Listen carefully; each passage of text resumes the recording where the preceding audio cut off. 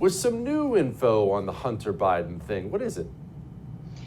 Well, hi, Jesse. Look, what's happening is, I guess, the Empire Strikes Back. This is the kind of attempt to spin the narrative, to tilt it back in Hunter's favour on the laptop. And it's being run by Hunter's new best friend, a very wealthy entertainment lawyer in Los Angeles called Kevin Morris, who made his fortune representing the South Park guys. So he's become, according to other of Hunter's friends, Hunter's new sugar brother. He's lent him over $2 million to pay back his overdue tax bill to help him out with this probe in Delaware into Hunter's tax and tax affairs and overseas business dealings to try and get him off the hook there. And also, apparently, Kevin Morris is paying $20,000 a month for Hunter's Malibu house. So he's obviously a very good friend. Nice to have a friend like that. But what he's also done, apparently, is assemble a sort of a war room of about 30 investigators and lawyers to basically avenge Hunter and to try and tilt the story back in their favour. And they're not, from what I can tell, I mean, I've spoken to Kevin Morris.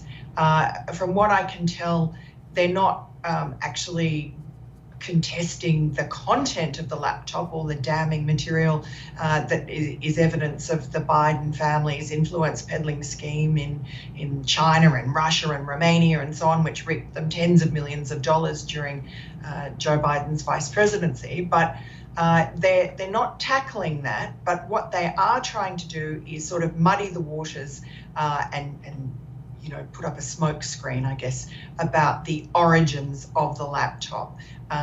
Kevin Morris has sort of constructed this sort of vast right-wing conspiracy that involves Roger Stone and Keith Abloh, who was Hunter's former therapist, psychiatrist, and a whole bunch of other characters that really have nothing to do with the laptop, but he's sort of dragooning them in and concocted this sort of far-fetched story that says that they stole Hunter's laptop or hacked the cloud or did something and manufactured this material.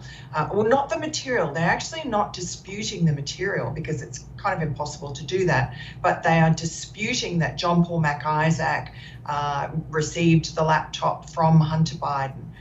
That's what they're trying to dispute.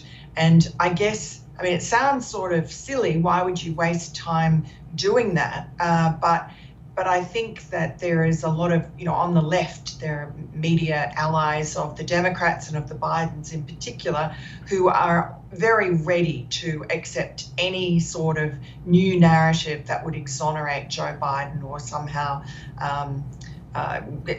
prove that they were not remiss when they buried the story back in October 2020 before the election.